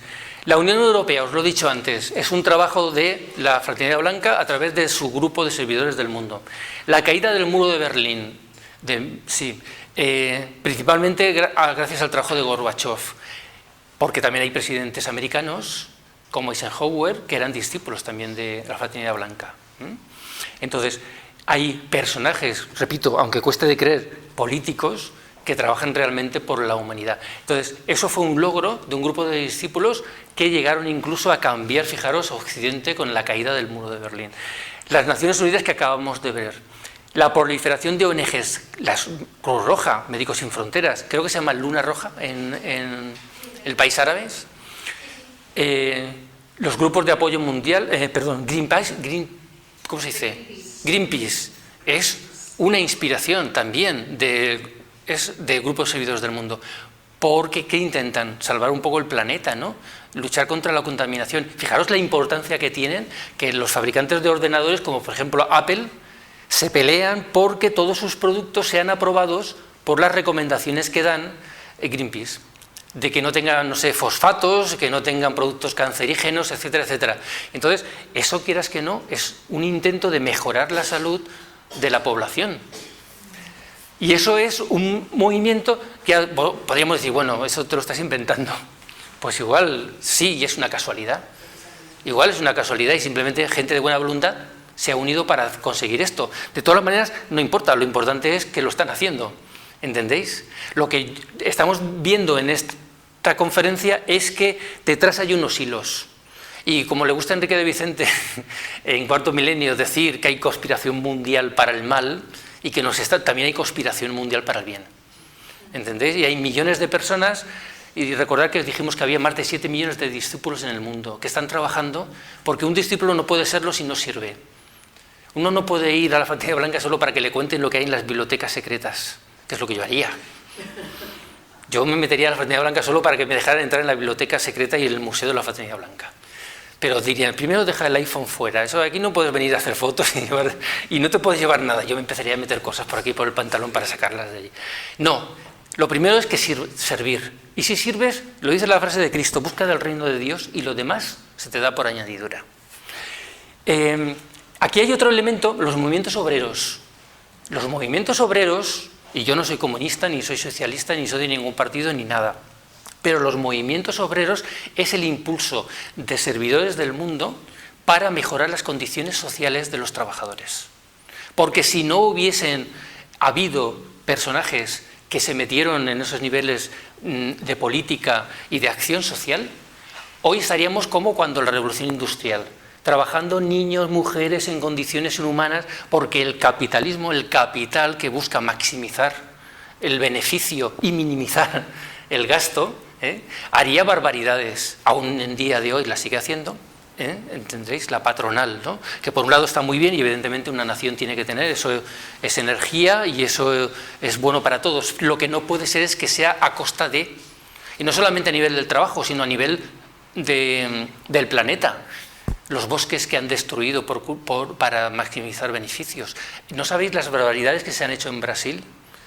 Destruyendo pueblos enteros. Cuando hablo pueblos no me refiero a las casas, a los indígenas, porque en esas zonas querían fabricar, por ejemplo, la Coca-Cola, ponen ahí sus fábricas, ¿entendéis? Entonces, ha sido necesario, es necesario y será necesario que surja gente que intente ayudar a los menos favorecidos, ¿entendéis? Y esos son miembros del grupo de servidores del mundo. Los avances científicos, os lo he dicho, desde la cama, tú no estabas, Natasha, pero he dicho que la cama es el mejor invento de la humanidad. Y que ese señor, el que inventó la cama, tiene que estar en el nirvana, o sea. Y lo bien a gusto que se está, ¿no? Bien, pues fijaros, los avances técnicos, los avances médicos. Fijaros hoy en día, algo tan sencillo como que te duele una muela. Fijaros, ¿recordáis la película Náufrago de Tom Hanks? Que se queda en una isla y le duele una muela y se la tiene que quitar arrancándosela a lo bruto con un hilo y una piedra. Entonces, fijaros en la Edad Media lo que sería. Y hoy en día te ponen ahí una... Por ejemplo, no hay que irse tan lejos. Hoy te ponen unas inyecciones, te lo duermen todo, hacen lo que tienen que hacer, por poner un ejemplo. Entonces, hay una serie de avances médicos, sociales, técnicos, ¿no?, que la ciencia nos va dando, que es para mejorar, y no hay que renunciar a eso. Las nuevas tecnologías, no lo he puesto, pero Internet es un esfuerzo de la Fraternidad Blanca. Lo digo categóricamente. No me lo ha dicho Kutumi a mí personalmente, pero yo aseguro que las nuevas tecnologías, Internet, todo lo que estamos teniendo es un impulso de la Fraternidad Blanca. Se puede usar para el bien o para el mal, evidentemente. Pero fijaros lo de unida que está la humanidad gracias a Internet. Que evidentemente ya sabemos que hay muchas formas malas de utilizar, ¿no? Desde gente que se vuelve autista porque está con el móvil todo el día o cosas por el estilo, ¿no? Pero en realidad hay una unión colectiva, global, que nos va a cambiar a nivel evolutivo, a nivel social en todo el planeta. Y pongo el ejemplo de la aviación, porque los que impulsaron la aviación también pertenecían al grupo de servidores del mundo. Y algunos, sabéis que se tiraban desde pajares para probar cosas, probaban máquinas. Bueno, creo que he puesto aquí. se ponían inventos raros para saltar y tal. Pues, fijaros una cosa, esto es una idea muy interesante para meditar. El mundo de hoy, el mundo que conocemos hoy en día, ¿cómo son nuestras calles? ¿Cómo es nuestra forma de vida? ¿Cómo vestimos? ¿El tipo de comida? Los medios de comunicación que tenemos, etcétera, es el esfuerzo de un grupo de soñadores. Porque hubo un momento en que no existía el teléfono. Y hoy en día todos tenemos algunos hasta 2 teléfonos. Y nos gastamos millonadas en teléfonos. Y todo lo que nos permite la telefonía. Bien, eso es un impulso de un grupo de soñadores. En algún momento un señor pensó que había una forma de comunicarse, de cruzar. Recordar a Tesla, recordar a Edison, ¿entendéis? Edison, tampoco lo he puesto y debería de haberlo puesto, Edison, en la carta de los maestros, eso lo he dicho muchas veces, era un protegido del maestro Moria. ¿Y por qué era un protegido del maestro Moria siendo mala persona en comparación con Tesla? Porque si conocía, bueno, no me voy a poner a... No, era mala persona, hizo una serie de cosas e hizo barbaridades. Por ejemplo, electrocutó a elefantes con el sistema de electricidad de Tesla para intentar convencer a la gente de que el sistema de Tesla era malo y peligroso, y no le importó cargarse elefantes, por ponerte un solo ejemplo. Bien, pero ¿por qué? Porque él trabajó en la bombilla, trabajó en la electricidad, y el invento de la electricidad, tampoco lo he puesto ahí, es un impulso de la Fraternidad Blanca. La electricidad ha cambiado el mundo totalmente, pero totalmente, casi más que incluso la energía atómica. La energía atómica será un impulso en el futuro, hoy en día no la controlamos suficientemente, pero la energía atómica es el siguiente paso a nivel energético. Cuando se controle bien la energía atómica, también cambiará totalmente la sociedad por el impulso de la energía atómica y de la radiación bien controlada. Pero la energía eléctrica, ya no le hemos sacado todo el partido a la energía eléctrica, y la energía eléctrica ha cambiado el mundo. Por ejemplo, una cosa que cuenta Anglada, que gracias a la energía eléctrica podemos iluminar las calles por la noche. Los pueblos pueden tener luz, y entonces resulta que hay egregores, hay elementales que viven en la noche, que viven en la oscuridad, y al haber luz no pueden estar y tienen que huir. En el momento que tú pones luz, por eso, fijaros los niños que listos son cuando dicen mamá, deja la luz encendida, porque la luz ahuyenta, no deja que determinados elementales negativos entren en la habitación o en una ciudad. ¿Entendéis? Entonces, el iluminar el planeta, eso que ves el planeta Tierra desde fuera y se ven las luces de las ciudades, cuanto más luz haya, es mejor para el planeta. Aparte de todo lo demás que da, porque los rayos X es gracias a la electricidad. La luz en casa, las neveras, los aires acondicionados, los teléfonos, todo. Hoy en día la electricidad. Ahora mismo, la lavadora importantísima. Ahora mismo se viene abajo la central eléctrica o las que alimenten Valencia, y esto es ya la prehistoria, nos volvemos todos animales. Bien, voy a adelantar y vamos para ir terminando. ¿Cómo saber la propia labor de servicio? No hay que preocuparse de saber en qué nivel está uno, si pertenece a un grupo o no, si es como el tema de los rayos o la astrología. Yo siempre lo he dicho y cada día me afirmo más, da igual qué signo astrológico tengas. Para reflexionar, meditar, conocerte un poquito mejor, vale, como entretenimiento, fijaros lo que os digo.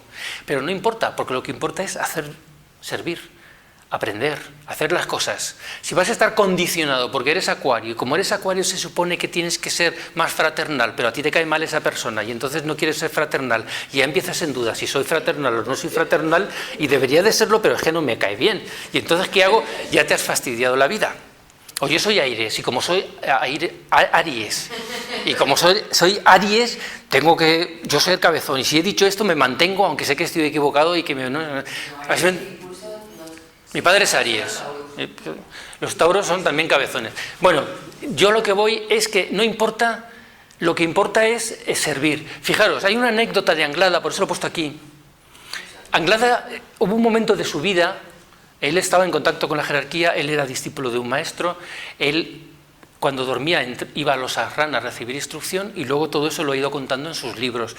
Pues él hubo un momento al principio de su labor que no sabía cuál era su área de servicio, porque cuando uno entra al discipulado es normal que se pregunte ¿cuál es mi área de servicio?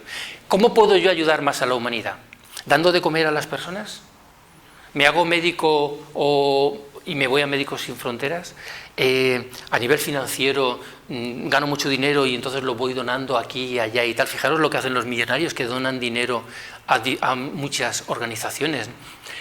Y entonces él no sabía cuál era, y entonces en uno de los Saharran una vez su maestro le dijo que su misión, si la quería aceptar, su labor de servicio era difundir las enseñanzas, 3 grandes tipos de enseñanza que lo digo luego al final, ¿no? Lo que se llama el triple proyecto jerárquico.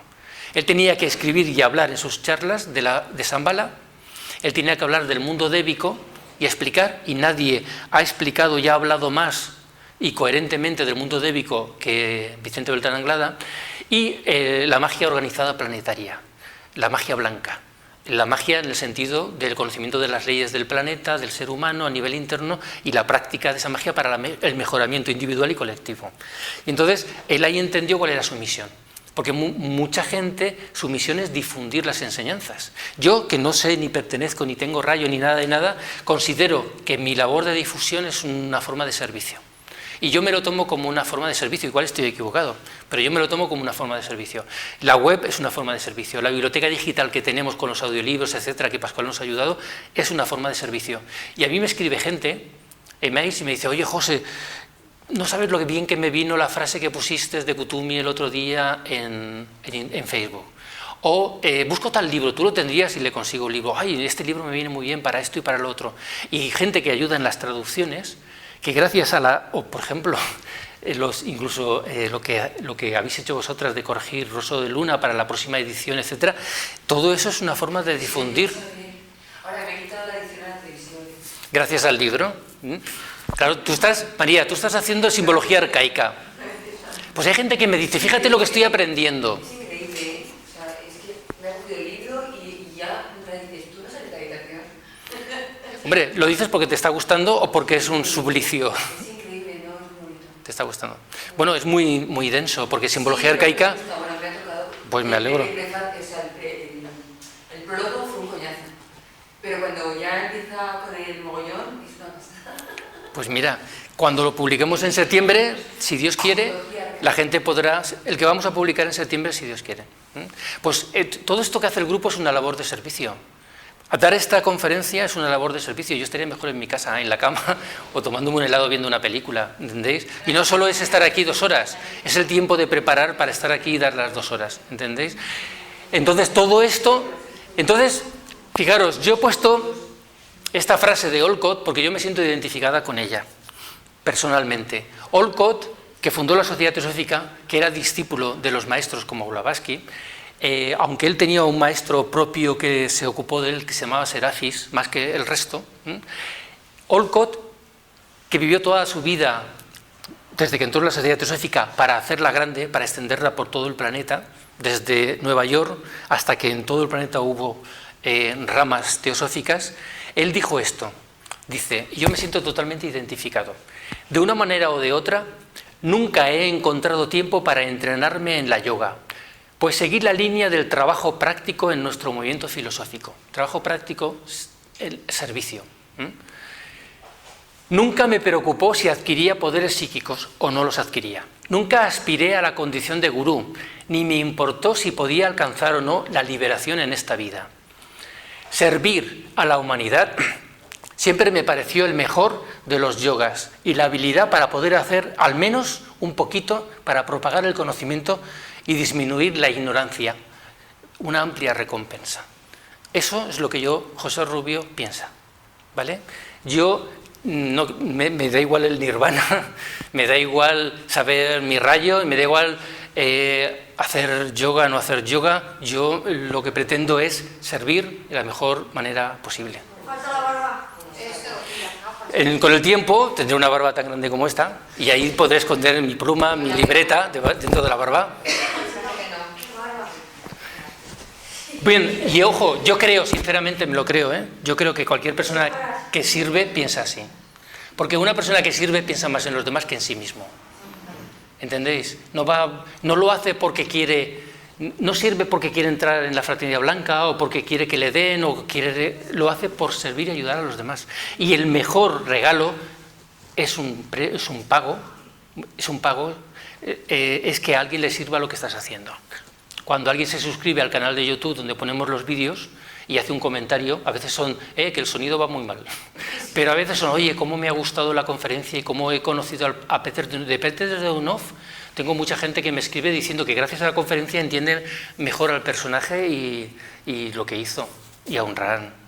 Entonces, eso, claro, eres humano, yo soy humano y a mí me gusta que me digan, pero no lo hago por eso, ¿no? Y el grupo en general, porque ahí entráis todos los que estáis en el grupo, lo mismo. Bien, ya estamos acabando. Entonces, hemos dicho al principio de la conferencia que es servir, cualquiera puede servir y en cualquier nivel, ¿vale? Pero hay un plan de servicio, que si uno De hecho, hay un autor que a mí me gusta mucho, que se llama Manly P. Hall, americano, no sé muy bien si es Rosacruz o masón, no sé muy bien a qué grupo pertenece. Tiene un libro que os lo recomiendo, que se llama Lo que la sabiduría antigua espera de sus discípulos. Lo que la sabiduría antigua espera de sus discípulos. Entonces, en ese libro dice lo que una persona que quiera servir a la fraternidad blanca, a la jerarquía, en qué debería de trabajar. A nivel emocional, a nivel mental, cómo debería de prepararse. La diferencia es el amor. Entonces, el plan de la fraternidad blanca es el que os he dicho, que cada era se va adaptando, que en el siglo XV empezó a trabajar ya en las fuerzas de Acuario. Está el triple proyecto jerárquico, que es lo que tenía que difundir Anglada, la idea de Shambhala, o sea, la transmisión de que existe Shambhala, y por eso yo también estoy dando tantas charlas relacionadas con la fraternidad blanca, etcétera, es uno de los intereses de la fraternidad blanca, que cada vez la gente conozca más que existe Shambhala y que existe la fraternidad blanca, y eso está relacionado, en definitiva, con la exteriorización de la jerarquía y está relacionado con la nueva venida de Cristo. El revelar el mundo débico, la relación que hay con el mundo de los ángeles, protectores de los devas en todos los planos, etcétera, es una de las cosas que pretende la fraternidad, que cada vez se conozcan más. Y lo que os he dicho de la magia organizada planetaria, la magia blanca. Un experto, un maestro que vive y que en todos sus libros tendréis enseñanzas de magia organizada planetaria es Onran. Onran en todas sus charlas y sus conferencias da recomendaciones de vida cotidiana para practicar y poner en práctica la magia organizada planetaria, la magia blanca. El movimiento de buena voluntad. El movimiento de buena voluntad se potenció, igual que la idea de la exteriorización de la jerarquía y la nueva venida de Cristo a través de la escuela arcana de Alice Bailey. Lo que pretende es que el ser humano, a través de los servidores del mundo, impactar en la sociedad. De hecho, incluso recomienda que se hagan periódicos, que se hagan programas de radio, que se aprovechen las nuevas tecnologías para difundir estas enseñanzas, de manera que el nivel de conciencia general de la humanidad se vaya creciendo y más gente pueda participar en esas ONGs, en esos grupos de apoyo, de ayudar a los demás en la humanidad. Cuanto más gente esté trabajando en esas ONGs o cree ONGs para ayudar a la humanidad, antes conseguiremos que el planeta pueda funcionar mejor. La exteriorización de la jerarquía, lo que esta enseñanza nos dice es que en un momento determinado del futuro, para unos dentro de poco, para otros dentro de mucho, el nivel evolutivo de la humanidad, digamos que si aquí está la jerarquía y aquí está la humanidad, va a haber un momento en que no va a haber tanta diferencia espaciotemporal entre ellos y nosotros. Y entonces no es que van a venir aquí y nos van a gobernar y vamos a hacer lo que ellos quieran, no. La élite de la sociedad humana, los hombres más avanzados, pero en las cualidades espirituales, contactarán con los maestros y la influencia de la fraternidad blanca en la sociedad será mucho más fuerte de lo que es ahora. Ahora digamos que el impulso es como si entre el Sol y los seres humanos están las nubes. Entonces no nos llega toda la fuerza del Sol si están las nubes. Si se quitan las nubes, la fuerza del Sol viene con toda su potencia. Llegará un momento en que esa fuerza de Shambhala, de la fraternidad blanca, impulsará nuestra sociedad. Y se crearán escuelas de misterio como ya hubo en la antigüedad. Y habrá universidades esotéricas. Y habrá incluso escuelas para padres y habrá una serie de cambios en la sociedad dirigidos prácticamente directamente por la fraternidad blanca, por maestros iniciados de la fraternidad blanca. Eso tiene que venir. Llegará antes o después dependiendo de los propios seres humanos, porque hasta que el cáliz no se llene, no va a haber ese contacto tan directo. Y la nueva venida de Cristo no es que va a venir otra vez alguien como Jesucristo aquí, no. Lo que se explica es que hay un concepto que son los avataras. Y si ya se explica en el Bhagavad Gita, y es que cada X tiempo viene en cualquier campo de los 7 rayos, señores, personajes, maestros, mensajeros con un nivel evolutivo alto para dar un impulso a la humanidad. Y lo que todos los maestros dicen, porque en esto coinciden desde Onraan a Torkom Blavatsky, es que lo que hay que despertar es el Cristo interior. Hay que desarrollar ese chakra coronario, ¿entendéis? Las 3 fuerzas, las 3 cualidades. Hay que contactar con nuestro ángel solar para que nos comportamos nosotros en Cristo, en seres mucho más inteligentes, serviciales, amorosos, en todos los niveles, crecimiento interior, ¿no? Y la Nueva Jerusalén me lo dejo un poco aquí atrás porque, fijaros, Onraan no para de hablar en sus libros y Peter Dunod de que tiene que venir la Nueva Jerusalén. La Nueva Jerusalén es la próxima civilización que tiene que venir. En teosofía es la sexta raza.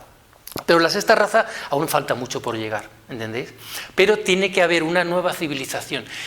Fijaros, también hay algo que no he puesto aquí, también va a haber destrucciones masivas. Y hay aquí un tema. Hay un tema donde están los catastrofistas y los que tienen esperanza, por decirlo así, ¿no? ¿Está la humanidad lo suficientemente evolucionada para que no tenga que pasar lo que pasó en la Atlántida? Porque la humanidad, yo siempre pongo la parte positiva, ¿no? Y que en comparación con estamos mejores, pero en el mundo de hoy se están haciendo una serie de aberraciones en todos los niveles que clama al cielo, y nunca mejor me clama al cielo, ¿no?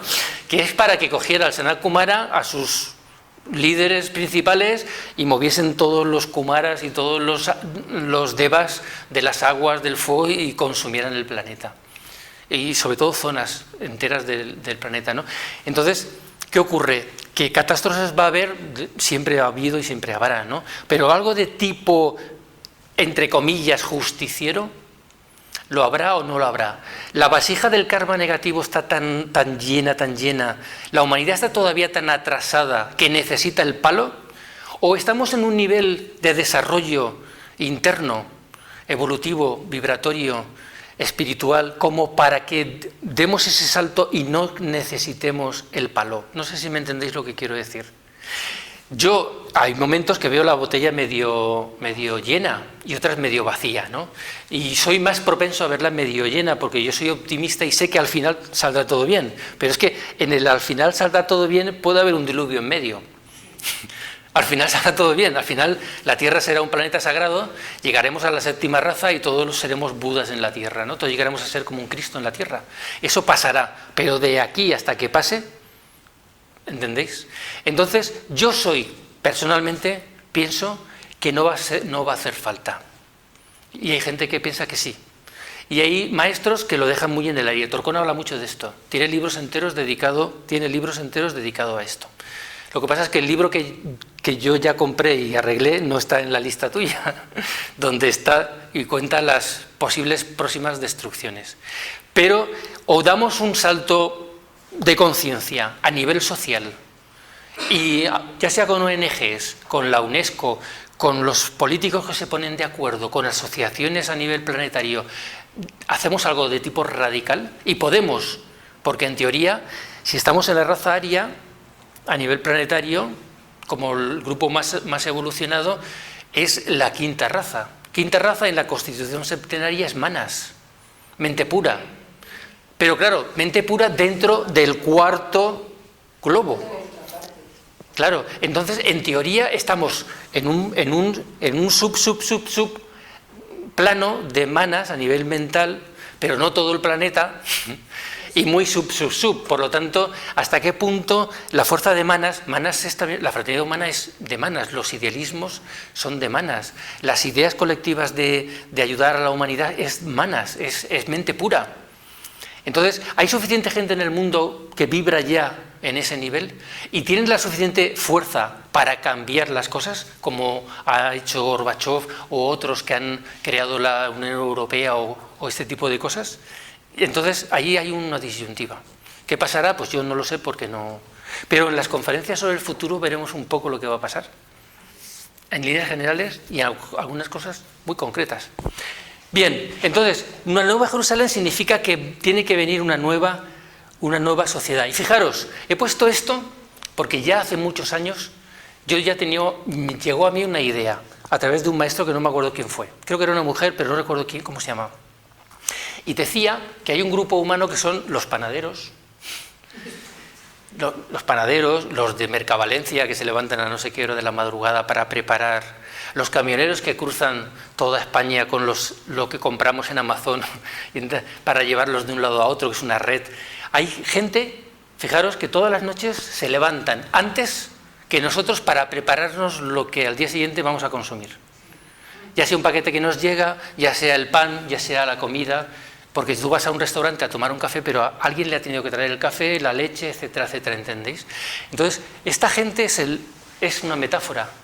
¿Qué está preparando el nuevo día? Estos son el grupo de servidores del mundo. Es una definición de lo que es el grupo de servidores del mundo. El nuevo grupo de servidores del mundo, un grupo de hombres que lo que realmente les une es el ansia de ayudar a la humanidad, el amor a la humanidad. Que se levantan antes, o sea, que están trabajando ya, ¿entendéis?, para construir ese futuro que nos tiene que venir. He puesto esa imagen como podía haber puesto otra, ¿no? Pero lo que quiero simbolizar es que el futuro, ¿no?, es esperanzador, desde mi punto de vista, por lo menos a nivel global. Y ya para acabar, os pongo la frase típica, pero no por ello menos importante y profunda, de Blavatsky en La voz del silencio, que la tendréis que recordar. Y pongo el ojo de Horus, porque el ojo de Horus, no sé si lo sabéis o lo recordáis, tiene una lágrima. El ojo de Horus de Egipto, el símbolo de Horus, tiene una lágrima. Y dice Blavatsky: haz que tu alma preste oído a todo grito de dolor, igual que el loto pone al descubierto su corazón para absorber el sol de la mañana. No permitas que el sol ardiente seque una sola lágrima de dolor antes de que tú no la hayas enjugado en el ojo del que sufre. Pero deja que las ardientes lágrimas humanas caigan una a una en tu corazón y allí permanezcan. No las enjugues hasta que se haya desvanecido el dolor que las causara. Estas lágrimas, oh tú de corazón muy compasivo, son los arroyos que riegan los campos de la caridad inmortal. En este suelo es donde crece la flor de medianoche, la flor del Buda, la flor del Bodhisattva. Eso es una frase simiente, es una frase para leer y pensar en cada una de las expresiones. Es además poética, literariamente muy bella. Y desde mi punto de vista es lo que todo servidor siente, porque todo servidor ama a la humanidad precisamente porque la humanidad sufre. ¿Por qué el Buda abandonó el palacio, su mujer y su hijo y salió al mundo a descubrir la verdad? Porque, no sé si os acordáis de la historia del Buda, él lo tenían encerrado en un palacio, vivía impresionante, o sea, era un rey, era un príncipe, tenía de todo. Según Pablo ha leído no sé qué libro de Borges, tenía un harén de no sé cuántas miles de... que yo no lo he leído en ningún sitio y no me lo creo. Pero él quería conocer el mundo, entonces salió 4 veces y entonces el padre, para que no viese la miseria de él, iba preparando, iba apartando de las calles los viejos, los muertos, ¿entendéis? Pero él en cada salida descubría algo, descubría a un viejo, y dice: ¿y este hombre que está allí arrugado, qué le pasa? Él no veía esas cosas. Entonces descubrió que existía la vejez, que la gente se marchita, se hace vieja, ya no puede valerse por sí misma. Bueno, todos tenemos gente mayor que lo hemos vivido, ¿no? Y nosotros mismos que ya nos vamos haciendo mayores, ¿no? En otra vio la muerte, vio una persona muerta. ¿Cómo es posible que exista la muerte? Que llegue un momento en que desaparecemos, que ya no somos nada. Y en otra fue la enfermedad y en la otra el dolor. Creo que esas son las cuatro grandes dolencias, o como lo queramos llamar, de la humanidad. Y fue tanto el impacto que le produjo que existan eso, que intentó ver cómo se podía paliar. ¿Cuál era la raíz? De ahí vienen todas las enseñanzas budistas. La raíz de la muerte, la raíz de todo eso, y cómo poder, y ahí está el noble octuple sendero, por ejemplo, como una forma de paliar. Lo que pasa es que eso no se puede hacer en una sola reencarnación, hacen falta muchas reencarnaciones para poder vivirlo. Entonces, desde mi punto de vista, eso es un servidor. es alguien que, viendo que hay una serie de carencias y necesidades en los demás seres humanos, se esfuerza por paliarlas en su nivel y según su rayo, su canalización. Unos valen o unos lo hacen dando de comer a gente que lo necesita. Otros lo hacen creando orfanatos. Otros donan millones porque los tienen para paliar. Bill Gates creo que con los Rotary quitó no sé qué, el palio o una enfermedad de estas del planeta. Eso es servicio. Fijaros qué importante y lo que pudo hacer gracias al dinero que tenía, ¿no? Y otra gente simplemente trata bien a los que tiene alrededor. Eso es un servicio también, ¿entendéis? Y hay quien da una moneda a un pobre, y hay quien da un bocadillo, y hay quien pues da una charla. Aquí en España, fijaros, yo quería decirlo, pero no lo voy a poner aquí, igual incluso lo corto luego en el vídeo.